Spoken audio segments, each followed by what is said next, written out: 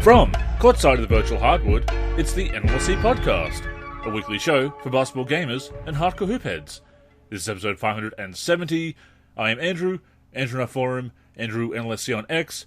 I'm joined as always by my co-host Derek, DV3 in the forum, and DV3G and DV384 on X. Derek, before we get started, March Madness has tipped off on the NLSC once again, so we encourage everyone to get involved with a celebration of modding that includes a giveaway. However, there's another really pressing issue that's on our minds this week, and I know that you have a lot to say about it, so please, tip us off.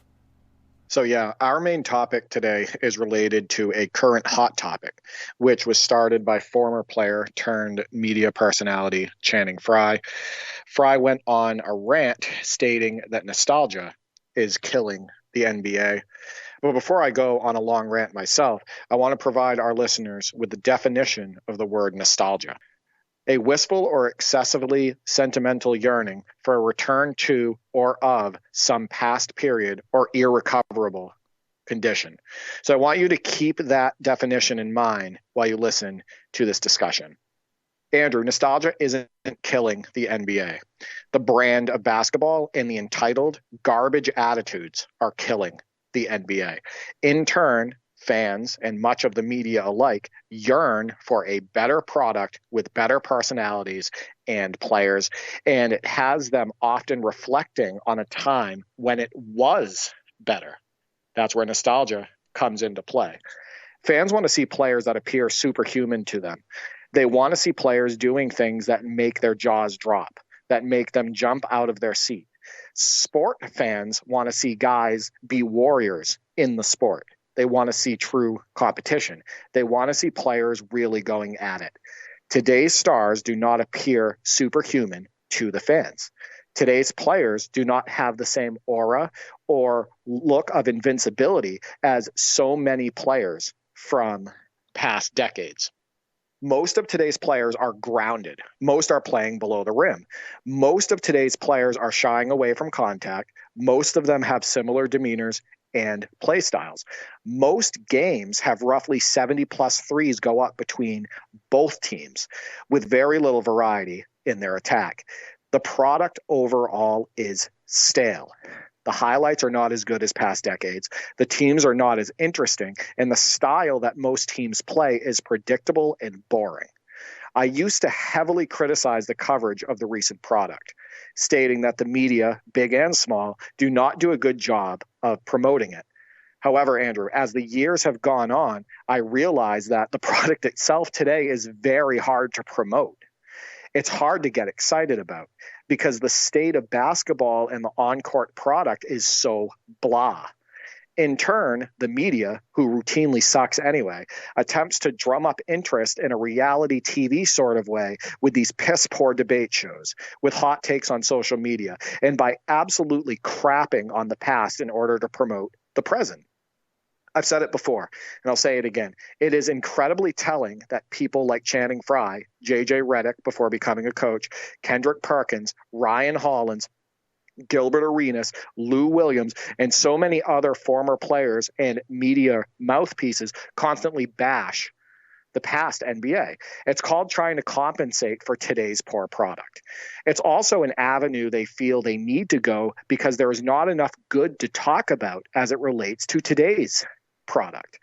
You have people like Kendrick Perkins and other media members, in turn, some young fans, crapping on guys like Craig Elo and Dan Marley as players in order to call the 80s and 90s weak. Meanwhile, there are more goofy white guys and European players in today's NBA than ever. And most of them play below the rim. You have people like Gilbert Arenas taking shots at Bob Cousy and John Stockton. Meanwhile, Stockton busted his ass when he was 40 years old, and Arenas was in his early 20s, and I showed the footage of that on social media. Arenas has also routinely been wrong in his commentary, flying off the handle, stating that Anthony Mason was the same size as Russell Westbrook and that Pippen and Rodman would be small guards in today's NBA. Meanwhile, once again, these are complete lies. And the average height and overall size of players has been roughly the same since the mid-60s. In fact, teams are going smaller than ever in today's NBA. We have Lou Williams stating that Jordan athletically would be Terrence Ross in today's game. Do you know how ridiculous all of this is? One of the biggest problems is these takes gain traction. These former players have platforms. The media that spews this garbage, they have platforms. It gets promoted. And much of the youth that doesn't know any better latches onto it. However, the funny part is it's still not enough. The daily barrage of crapping on past hoops via these debate shows, these recent former players, etc., the daily barrage of trying to prop up today's product as superior has not worked, because most people see today's product for what it is: stale and blah. And as I alluded to prior, these players do not appear superhuman to the fans. They often appear and present themselves as average Joes. The way these players conduct themselves on social media and in interviews, same thing. You know why Steph Curry has been so popular over the last 10 plus years? He does have that superhuman element. His ability to shoot the ball, the way he gets his shots off, the competitor that he is, it's attractive to the average person. It's attractive to the average athlete. The way Curry has conducted himself throughout his career, he has an aura about him. When the young and old crowd watches Steph Curry, he often makes their jaws drop. Steph Curry is going to be a big hit in people's households 10, 20, 30 years from now. Why? Because he had that aura. I also think that coaching and training gurus in the sport have hurt it in a major way. I think AAU, as KG and Kobe predicted, has been incredibly destructive to youth hoops in the sport in general. And I think numbers nerds and analytics garbage has hurt the sport in a major way at all levels. And that's the funny part, Andrew. One of the biggest attempts at promoting today's product is them stating that the talent is better, that the talent apparently has to get better with time. But all signs point to that not being the case, because it matters what is being done in that time. If common practices at the youth level erode, if players are not coming up as tough or well-rounded, if there is a major shift that is mostly negative as it relates to coaching and training practices, any sport will suffer. Which is why I say I disagree that this is the most talented generation of players. I disagree that this is the most athletic generation of players. And I disagree that this is the smartest generation of players. People are looking back on the past players and teams in awe, because the way those players performed was unique, and the way they played and competed looked superhuman.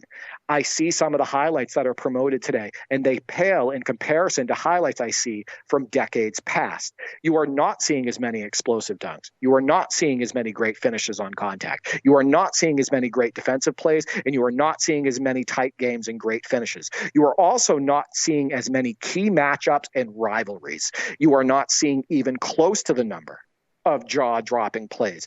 You have guys that are considered great dunkers in today's game not have a highlight dunk for weeks and sometimes months. Can you imagine if that was the case with Dominique Wilkins?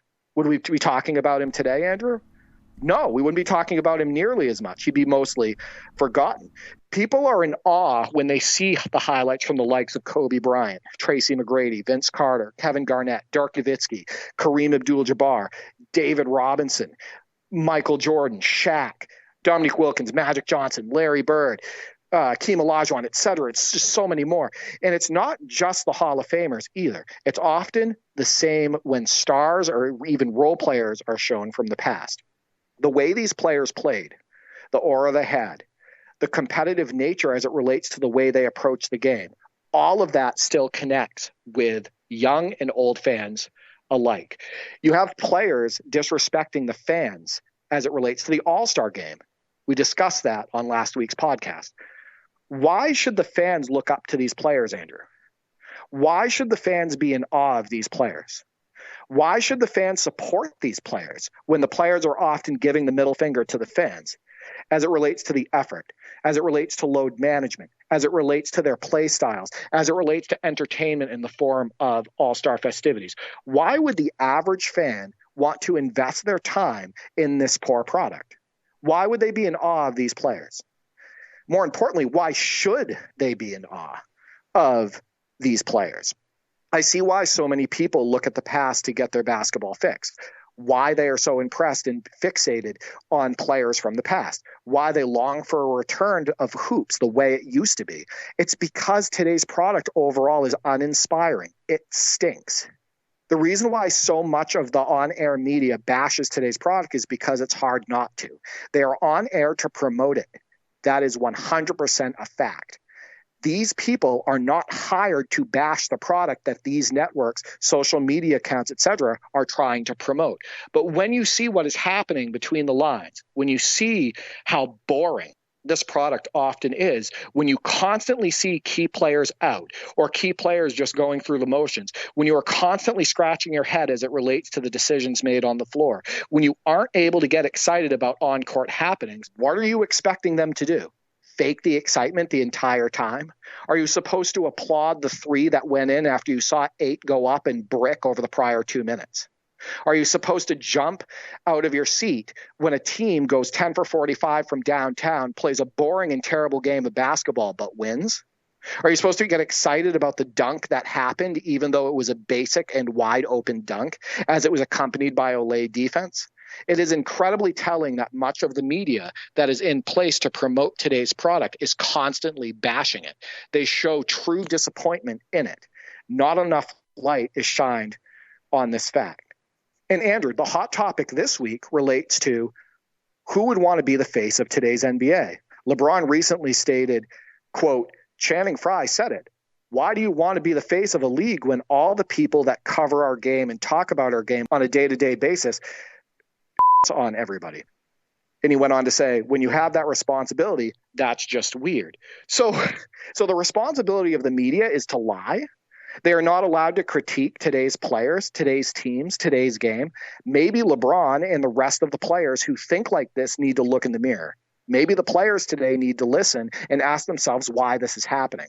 Maybe the players today need to ask themselves why fans and media alike are consistently disappointed in today's product. I also find it amusing that Channing Frye feels like he has to go out on a rant about nostalgia killing the NBA. Are you stating that your target audience, which is kids, teens, and young adults, are not enjoying today's product? Are you stating that the young crowd who was not even around to watch basketball from the early 2000s and prior is inspired by the footage they have watched from those eras and not by today's product?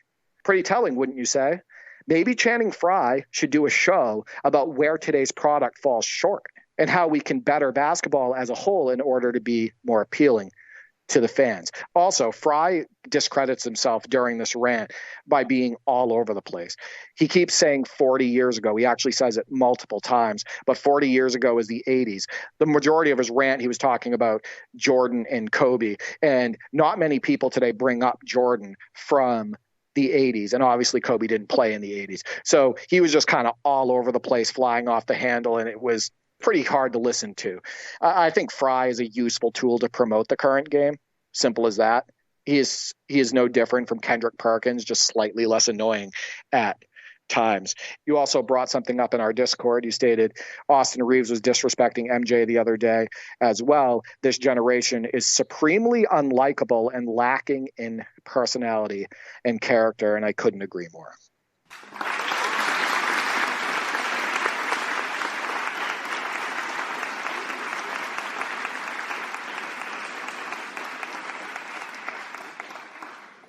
I need a soundboard to insert applause. I have to do it manually. And as I said in the Discord, yeah, I do feel that it is a very disrespectful, unlikable generation. You didn't have players back in the day saying that about the previous generation. Remember, Shaq said some things about Wilt circa 1997, came off really bad by disrespecting Wilt. And of course, Shaq and those kinds of comments continue to this day. Dwight Howard is the player that he continues to feud with, and JaVale McGee for a while there as well. And it's funny because people look to these former players and say, oh, they're former players, they know what they're talking about, which is an argument from authority, a logical fallacy. And it's even more ridiculous when you consider that when a former player speaks out in favour of a previous generation, oh, they're an old head, they don't know what they're talking about. Suddenly, being a former NBA player doesn't mean that they know what they're talking about. Absolutely ridiculous. I'm going to quote myself from X here, at Andrew NLSC. Follow me, I'm a hoot. I said, nostalgia is ruining everything, say the people who subscribe to recency bias. Appreciate greatness, say the people who constantly disrespect one thing to prop up another. Let people enjoy things, say the people who tell others what they should be enjoying. Hollow words. And I stand by that. It's ridiculous to champion recency bias over nostalgia, to criticize nostalgia while not acknowledging recency bias, and saying, oh, appreciate the greatness, appreciate the skilled players and the great sport of basketball, while dumping on the history of the sport and the history of the league. It's ridiculous. Again, something that just didn't happen. Something that doesn't happen in other sports. And of course you bring up it's a more skilled athletic era. And nobody ever explains how. They never explain how it's more skilled. They just go back and say, oh, they weren't skilled back in the day. They couldn't finish with their left hand. They couldn't dribble with both hands, which demonstrably false. Plenty of footage that shows that to be a complete lie. Nobody explains how. It's just assumed, oh, it's new, it must be better. I don't think that new is always better because I prefer the past, Derek. I know that there have been flops over time. I know there have been busts over time. Sometimes things do get better. Sometimes they get worse. Sometimes it's lateral movement. It's the way it goes. And like you said, if they're not putting in the work, if they're not focusing on the right skills, if they're not developing the skills, developing the players the way they used to, and how they still should, in my opinion, then no, they're not going to be more skilled. And it's become a really lazy argument to pull down the past, to prop up the now. As I've said before, I think it would be a much better argument if you could explain, oh, the past was great, these were fantastic players, but this is why today's players are better. But as you said, they can't, so they bring down the past. And they dump on nostalgia. But it's not just nostalgia they're dumping on. It's the history of the league. It's the players that paved the way. The players that paved the way for Channing Frye to get into the league, to have a decent salary, to then become a horrible analyst, as he has. It's just ridiculous. I think back to when people were saying, oh, Paul Pierce is not good enough to criticize LeBron James because he is not on LeBron James' level. So you're saying that Ryan Hollins and Kendrick Perkins and Channing Frye were on the level of Kobe Bryant or Michael Jordan? And it's funny, we're starting to see that disrespect for Kobe Bryant, which is the 2000s. That was his era, 2000s into the early 2010s.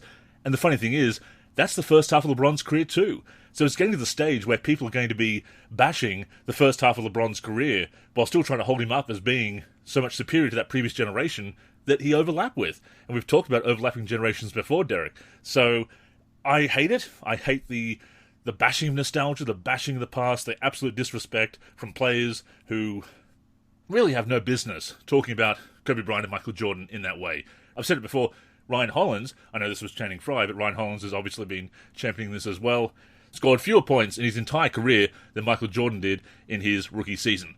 Yeah, keep his name out your mouth, is what I'm saying basically there, Ryan Hollins. And also championing the whole, Michael Jordan's father was murdered because of him, and things like that, and such disrespectful narratives, and the whole BS about it was a gambling suspension, even though the documentary, Jordan Rides the Bus, found no evidence of that, and looked into it. So all these disrespectful narratives, and to that point, for LeBron to come out and say, who'd want to be the face of the league, everyone criticizes us, look at the criticism that's being aimed at previous generations. Look at the books that were written that criticized Michael Jordan and Kobe Bryant.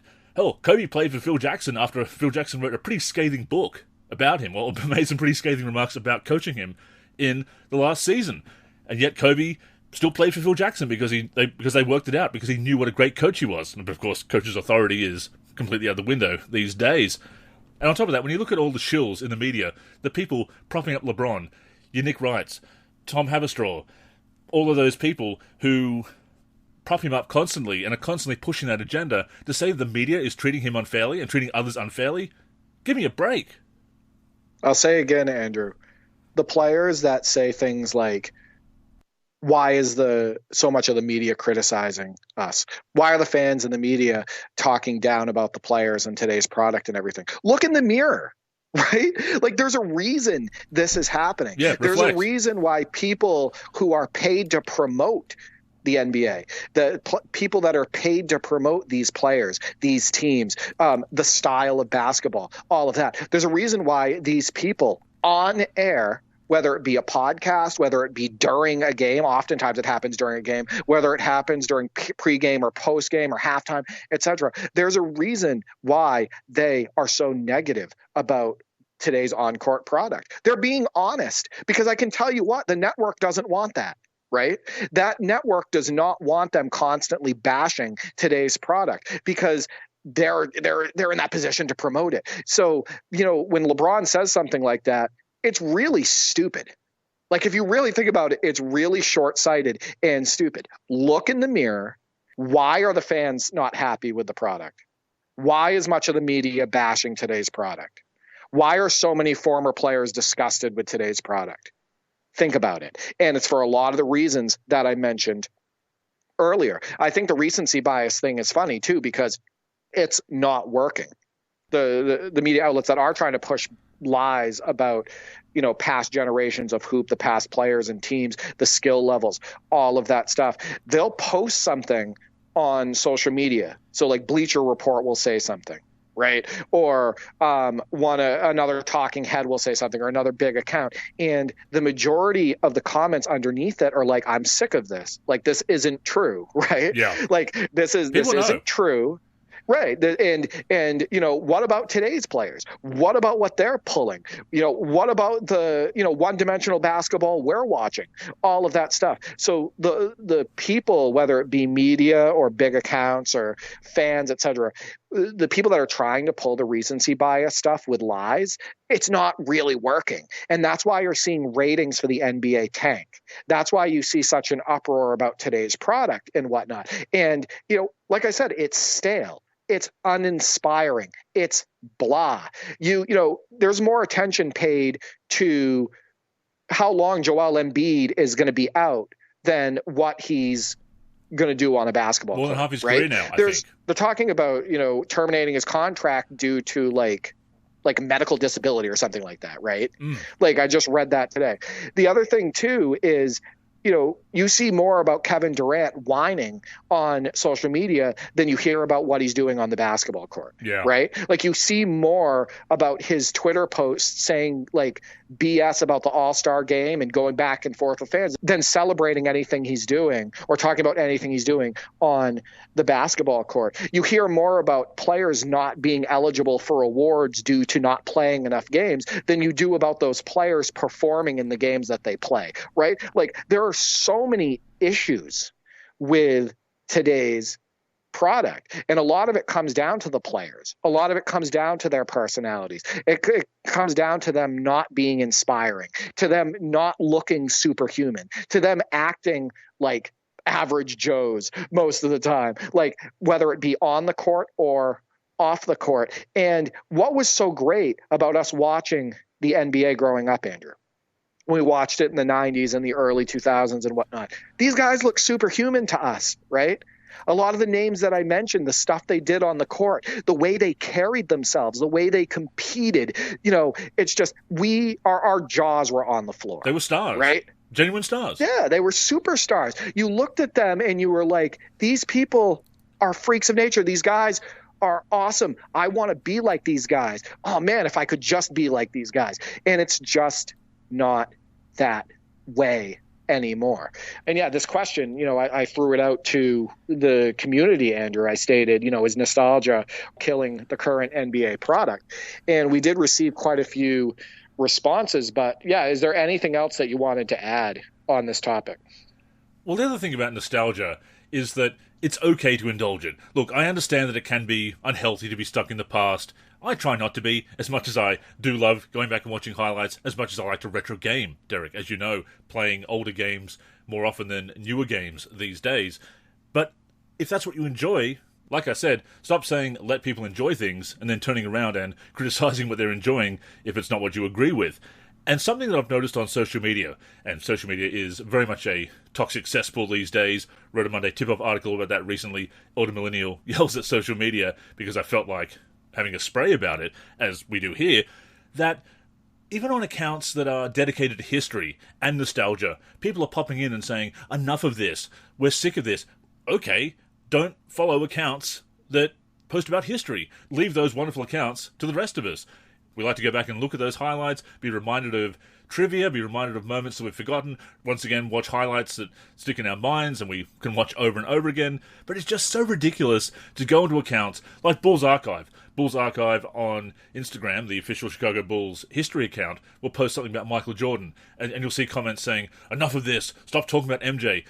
This is an historical account. It's not like it's the main NBA account or even the main Bulls account or NBA on ESPN or whatever that's covering the contemporary NBA. These are accounts that are dedicated to nostalgia for people who want to indulge nostalgia, for people who love history, love going back and watching these highlights.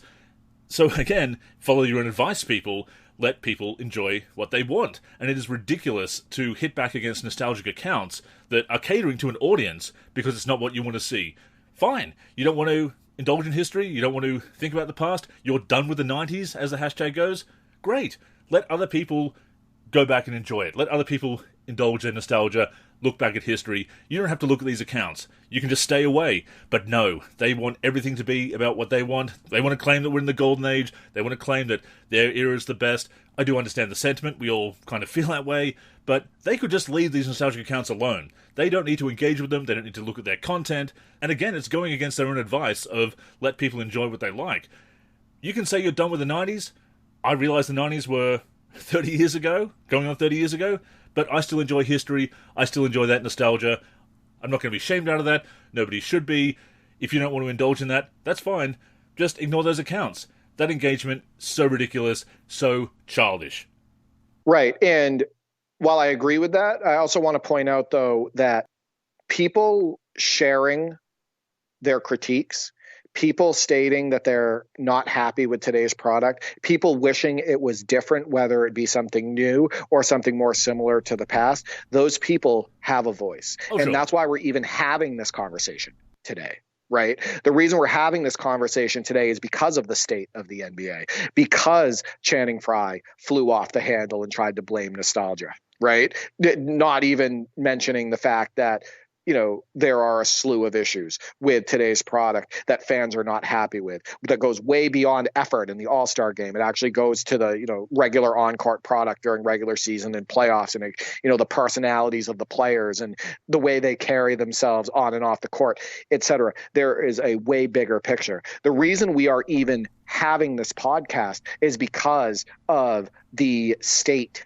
of the NBA today in a negative way. So yeah, people, let your voices be heard. If you're not happy with something, if you think that a product could be improved, if you think there's something wrong with the current product, don't feel like you have to shut up about it. You can speak up. And the beauty of it is that people are speaking up, right? People are speaking up. Media is speaking up. Some former players are speaking up. A lot of fans are speaking up. And it's why these conversations are happening. Oh, absolutely. And I highly recommend following those accounts and getting into NBA history and appreciating the past. Don't get me wrong. And there are so many that we could mention here. NBA Cobwebs is a fantastic one on X, on Instagram, and on Blue Sky now. Definitely give them a follow. And people are definitely passionate about this topic, Derek. We have some great responses from the community. Before we get into them, do want to read out one response from Jacqueline on Facebook throughout the question there. And she said, "Now I've heard it all." And I think that speaks to how ridiculous it is that we're blaming nostalgia for the current NBA's woes. Right, exactly. Instead of stating the reason why nostalgia is coming into play, right? Because of the issues with the current product. Because if there weren't these issues, you wouldn't be hearing as much about it. You wouldn't be hearing as much about these past players. Right. In fact, they would be more celebrated than anything, right? Because then there would be no reason to rip on them. Right. The whole point, like I stated earlier, the reason why they're ripped on so often by media mouthpieces like Channing Frye, Gilbert Arenas, Kendrick Perkins, and everything is to try to prop up today's failing game, today's poor product. You would not see that as much if players today were doing their part to inspire the fans, if the product was better today. So yeah, that's the funny part about that. Before we go on, a reminder that the NLSC podcast comes out every week on the NLSC, nba-live.com, as well as our YouTube channel. We're also on Spotify, Apple Podcasts, and other podcast apps. If you're listening on any of those apps, we'd greatly appreciate a review. To keep up with the show and everything we're doing with basketball gaming in general, connect with us on social media. On Twitter and Facebook, we are the NLSC. We also have an Instagram, NLSC Basketball, and on YouTube, we're youtube.com/NBA Live Series Center. Once again, visit us at nba-live.com, where in addition to the podcast, you'll also find all of our original content, as well as our forum and modding community.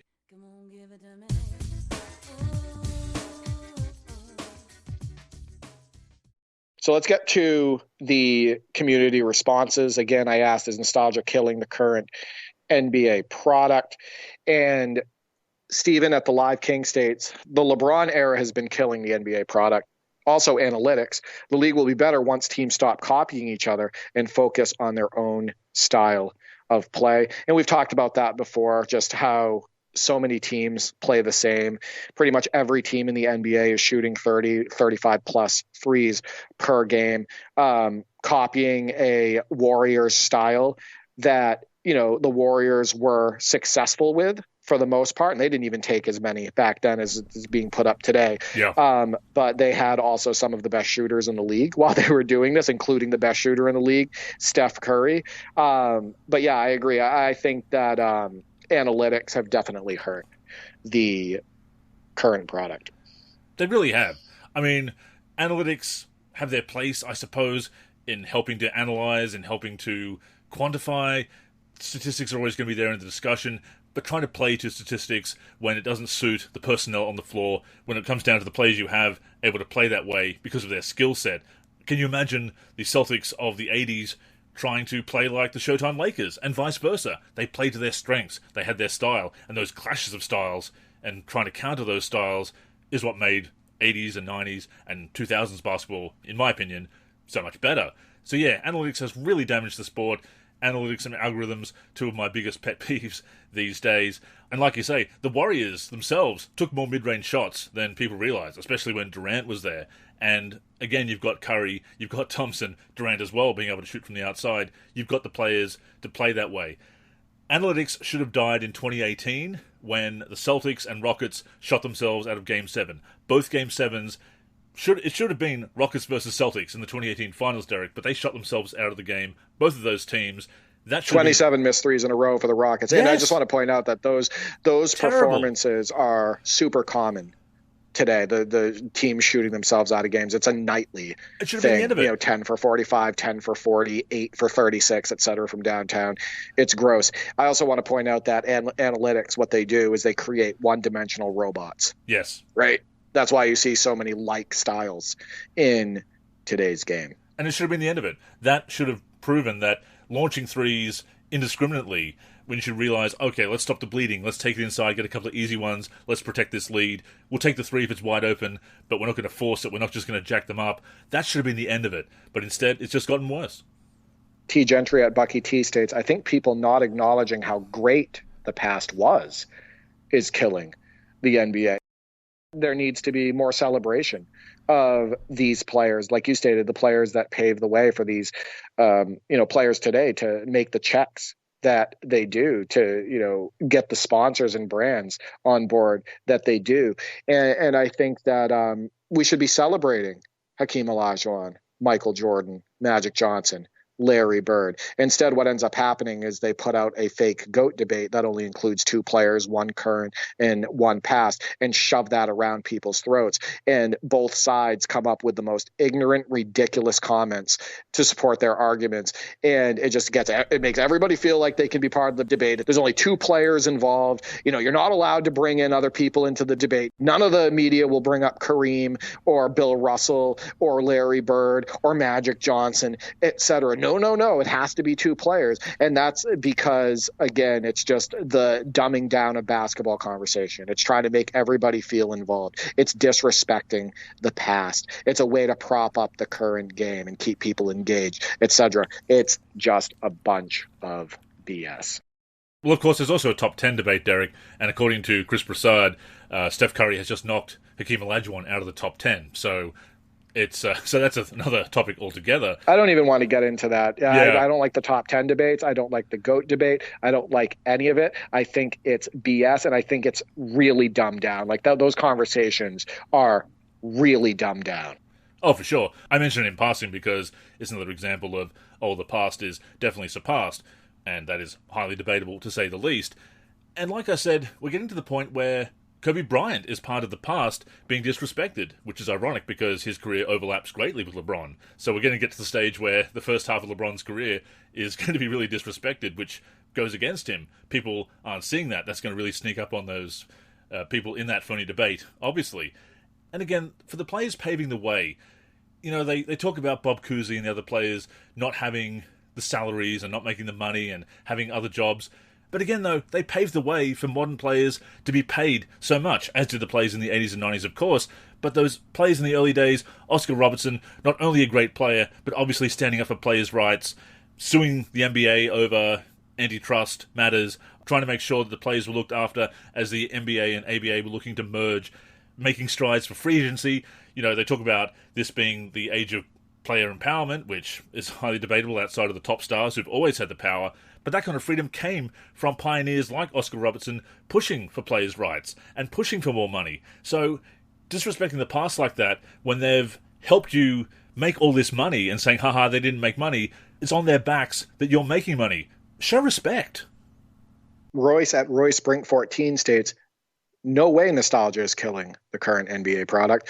I think it is a lack of defense, too many three-pointers being attempted, no effort in the All-Star game, and load management plays a part.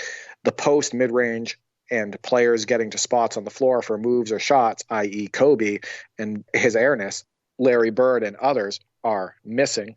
He also states that players having talking heads building them up artificially hurts the game. Individuality returning to the game would only help the game on both sides of the ball with coaching and strategy.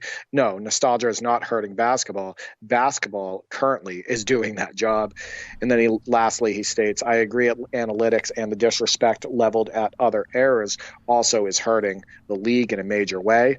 Also, the talking head shows on the networks and online, I think, hurts the league while promoting the players they want or are paid to. So, yeah, I completely agree with pretty much everything.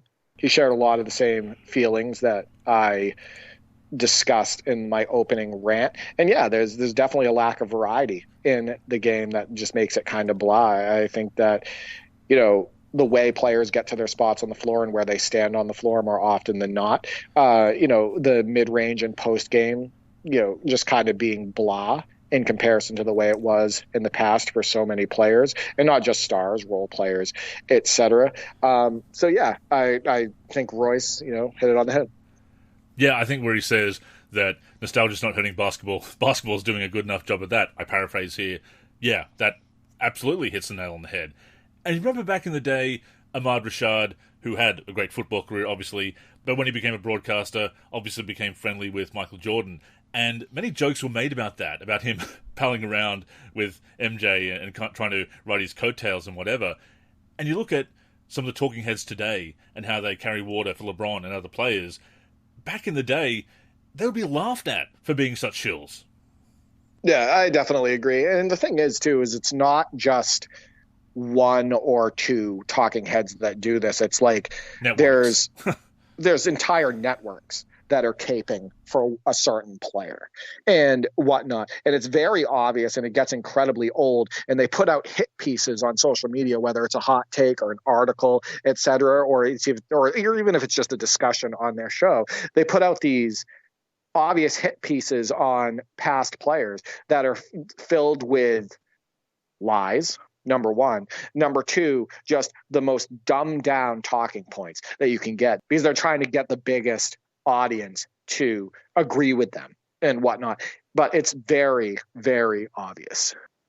Stasho Bro at Nate Stasho, Live 01 Legend, states, yes, if I never watched basketball before 2018, I would think these current athletes are the fastest and most skilled compared to the past.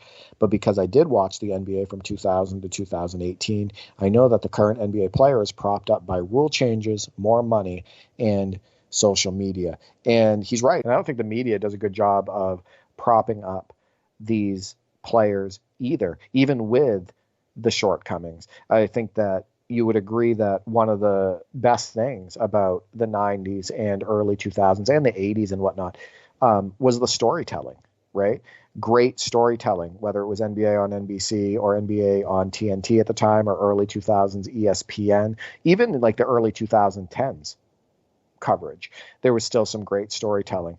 And I know that the storytelling is weaker in general because, well, there's not a lot of great stories happening in the current NBA, but they could still do a better job of pumping up some of these matchups, pumping up some of these players and whatnot, and showing them off and creating some drama around the games and whatnot, and they do a very poor job of that. Yeah, and that's an interesting way of looking at it, that nostalgia isn't ruining the current NBA because it's disrespecting the modern game, but the modern game simply isn't living up to nostalgia. It's not living up to the past. Roger Ward, the other Live 01 legend, states, the NBA is killing itself. There's very few vets on these rosters. Everyone is 19 to 23 years old, and their games aren't very well-rounded.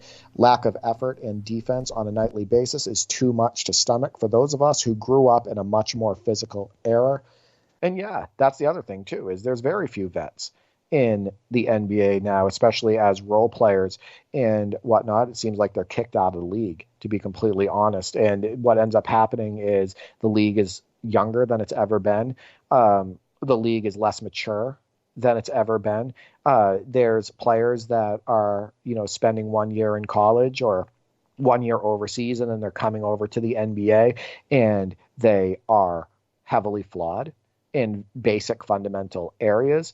I think there was an anonymous executive recently stating that when these kids come into the league, you have to teach them oftentimes some of the basics of basketball, the fundamentals and whatnot. And if you have to do that for a few years for some of these players, when they first enter the league, it's going to create a watered down product, right? It's going to create a frustrating on-floor experience for, these teams and for the fans. So definitely agree with Roger there.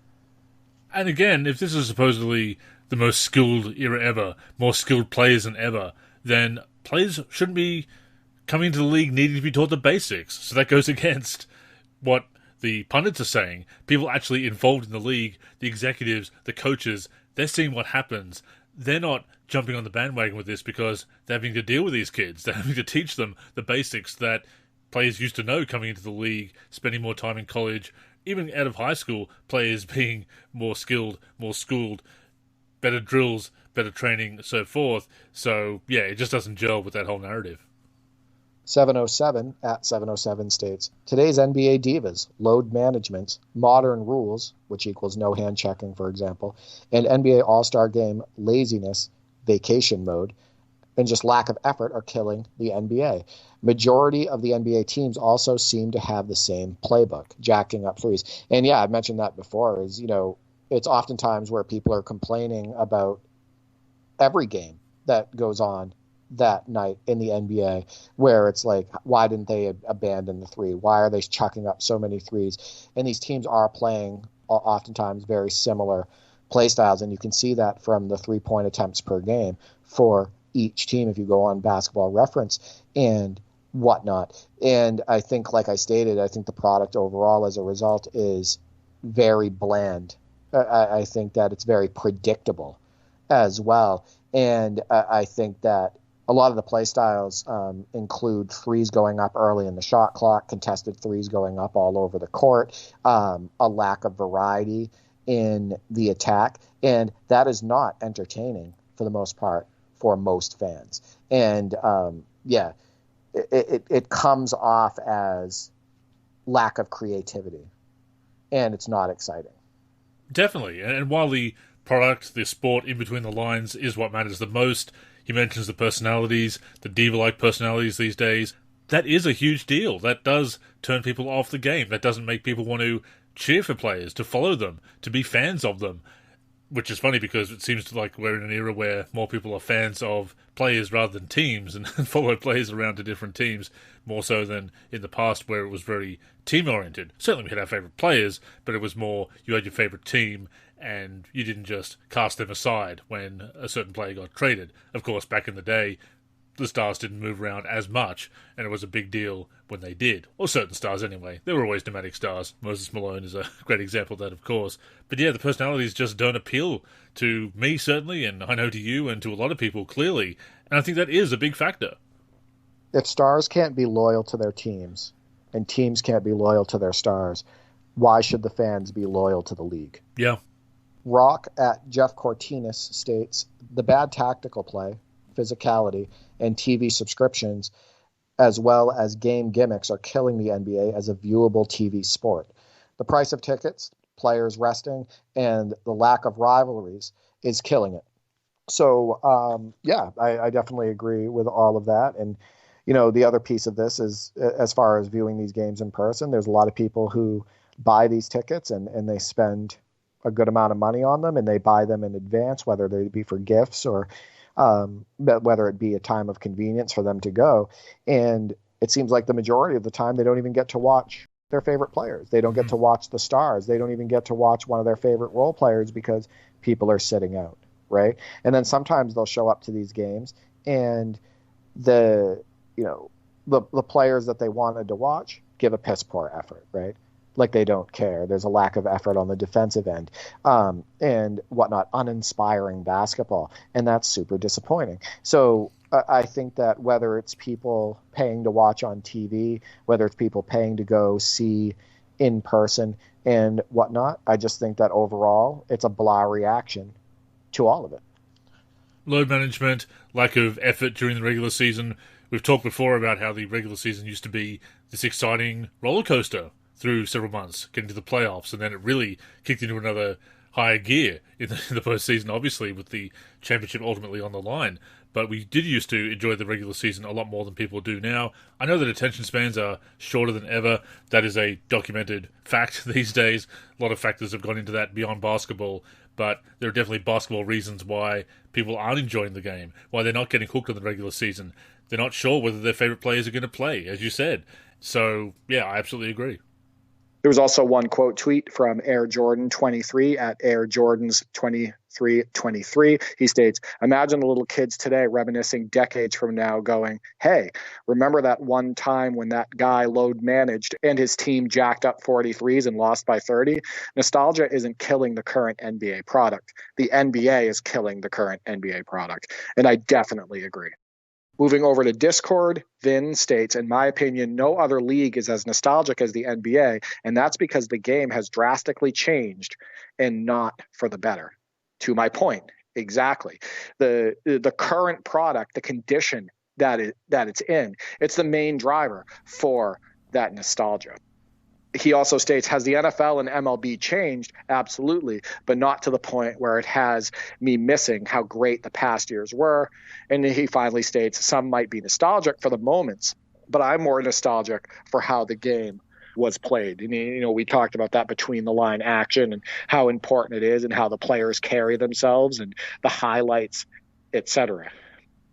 Maz states, "Yeah, I think a majority of MLB fans acknowledge the glory age we're living in terms of talent, while still respecting the past eras enough." So, Andrew, those are the responses. So I think we're pretty passionate about basketball, wouldn't you say? I think so. I like to think so. We've loved basketball for decades. We've watched it for decades. And we hate what's happened with the sport, and we hate what's happened with the current NBA product. And we want people to be talking positively about the game, and we want the players to be inspiring to our youth and just to the fans in general. And we want these players to stand out and for people to look up to them and, to get enjoyment out of, exhibition games, the all-star festivities in general, the regular season, the playoffs. We want people to buy tickets and to be able to see their favorite player, right? We want people to be able to embrace their hometown team and get behind them and love what they're watching, et cetera. And I just don't see that happening like it used to.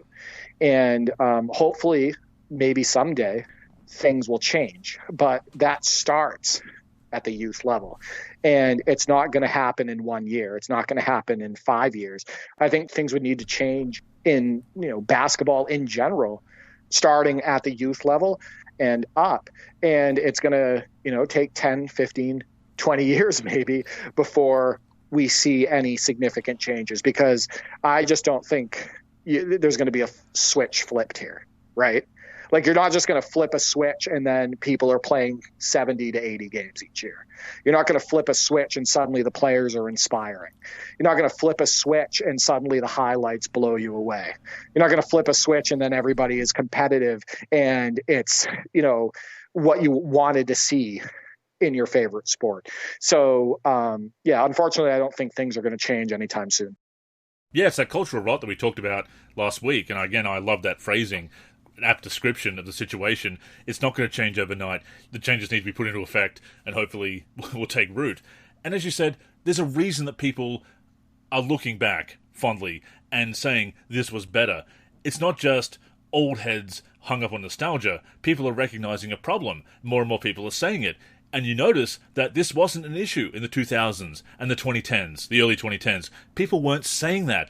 We were getting some early nostalgia around the early 2010s for our generation in video games, remember? The Jordan Challenge came along. Michael Jordan came back in NBA 2K11 with the Jordan Challenge, so we were celebrating the 90s, sure, but we were still excited about the modern product. We still enjoyed the modern game. So that's the difference. This started in the mid-2010s. Yeah. Most of this started at that time, because if you remember correctly, the past was still being mostly celebrated in the early 2010s. Exactly. There weren't all of these hit pieces, right? The commentators were more positive. 2015, 2016 was a big turning point, yeah.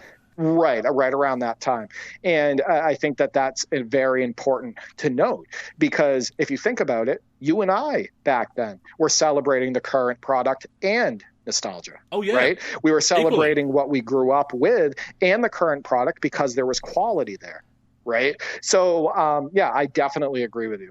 It's not like we got to 2007 and said, we need to bring the 90s back. This is a problem that has grown over time, beginning with the 2010s, that shift in basketball, that shift in attitude, that cultural rot, quite frankly. And 2015, 2016, a big turning point, not just with the style of play, but also the style of coverage, the way people were discussing the game.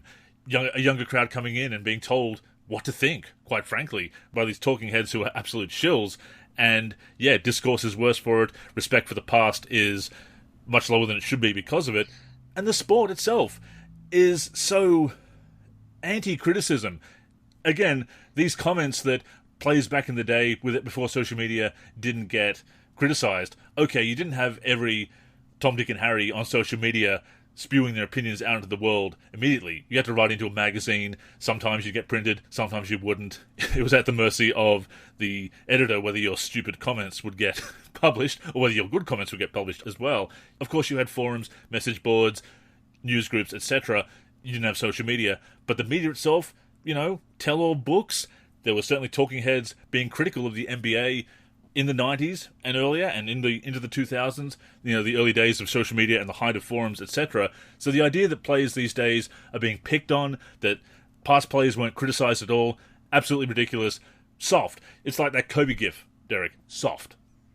I'll say again, the players today that are complaining about, the way the fans are reacting to the product, the way the media is reacting to the product, look in the mirror, right? There's a reason it's happening. So those are our thoughts. Please share yours in the comments and in the forum and our Discord. As always, keep the conversation going. What I like about our community, Derek, is that we do have knowledgeable and passionate basketball fans who see through a lot of this BS. No, I love how the community gets into the mailbag each week, whether it be discussing real basketball or basketball video games and whatnot. And they're insightful and they're detailed. And I love it. Absolutely. I love that we have so many passionate basketball fans and gamers in our community. And once again, as we wrap up here, a reminder that March Madness is going on. We do have the giveaway of a copy of NBA 2K26 PC later this year. You can check out the site for more information about that, and look out for some releases from me as well. You can find some NBA Labo 6 practice courts, including a recreation of the hangar, on the NLSC right now. With that being said, that has brought us to the end of this week's show. As always, thank you for tuning in, and please join us again next week, and every week, on the NLSC, nb-lab.com, our YouTube channel, or wherever you listen to podcasts. In the meantime, make sure you're following us on social media. That's where you can get in touch with us, and of course, stay up to date with all of our content.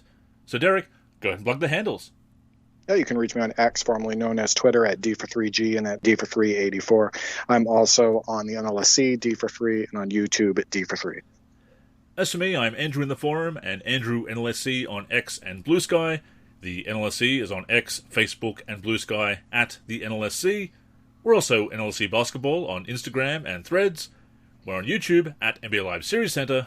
And of course, keep it locked to the NLSC itself, nb-live.com, for everything we do for basketball video games. So, thank you once again for tuning in, and until next time, I'm Andrew. And I'm Derek. Go get buckets, everyone.